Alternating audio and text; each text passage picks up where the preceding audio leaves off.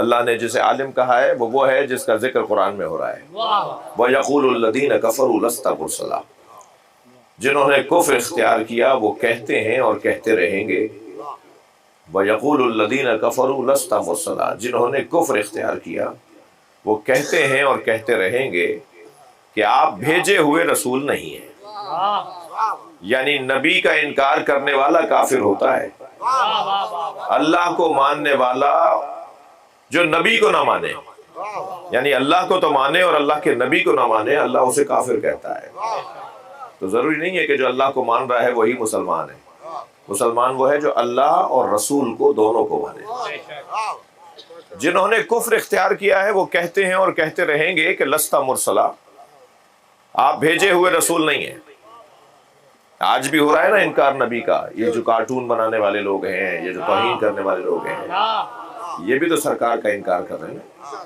تو ماضی میں بھی ہوا، اب بھی ہو رہا ہے، آئندہ بھی ہوتا رہے گا. تو جب ماضی میں بھی ہوا، اب بھی ہو رہا ہے، آئندہ بھی نبی کے منکر سامنے آتے رہیں گے، تو اب اللہ نے اس کا علاج کیا بتایا ہے؟ یہ منکروں کا علاج کیا ہے؟ جو نبی کے نبوت کے منکر ہیں، ماضی میں سرکار کے زمانے میں، بعد میں آیا جی سجا نامی ایک منکر نبوت آیا، اور اس نے آ کر کہا کہ جی میں وہ نبی نہیں ہے، میں نبی ہوں. تو کسی نے کہا کہ ان کے پاس تو معجزے تھے، تمہارے پاس کیا معجزہ ہے؟ تو کہنے لگا میرے پاس بھی معجزہ ہے. تو کسی نے کہا کہ نبی نے ایک درخت کو حکم دیا تھا، وہ درخت چلتا ہوا آ گیا تھا. تمہارے پاس معجزہ ہے تو سامنے درخت ہے، اسے کہو کہ چل کر آئے. تو آواز دی درخت میں نبی ہوں، چل کر آ. نہیں آیا وہ.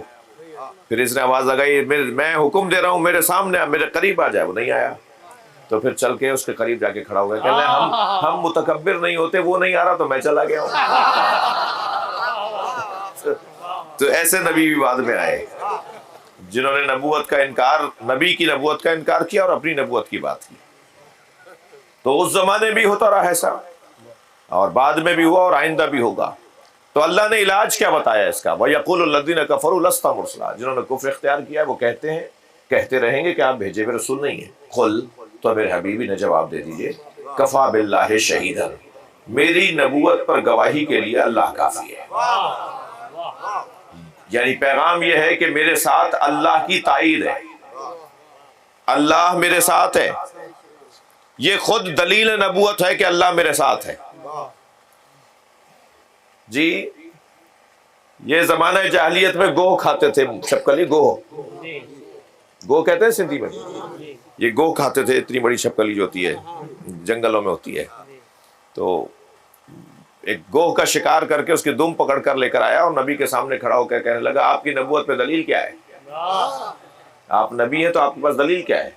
سرکار نے فرمایا تیرے ہاتھ میں جو گوہ ہے یہ بات کرے گی. تو ایسے اسے جھما کے کہنے لگا، مری ہوئی تھی بہت، پتہ نہیں کب کی مری ہوئی تھی. اسے ایسے گھما کے کہنے لگا یہ بولے گی؟ حضرت نے فرمایا ہاں یہی بولے گی. کہنے لگا یہ کیسے بولے گی؟ تو میرے نبی نے آواز دے کر کہا یا زب، زب کہتے ہیں عربی میں گوہ کو.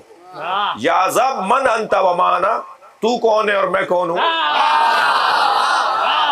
ماشاءاللہ.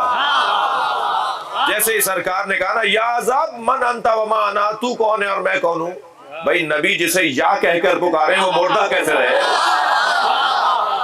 فوراً اس نے اپنی منڈیاں ہلانا شروع کی، اپنی آنکھیں کھول کر زبان نکالنے لگی باہر، اور اپنی گردن سیدھی کر کے کہنے لگی انتا رسول رب العالمین، آپ رب عالمین کے رسول ہیں، آپ کا نام محمد ہے. صلوات پڑھیں محمد و آلہ محمد.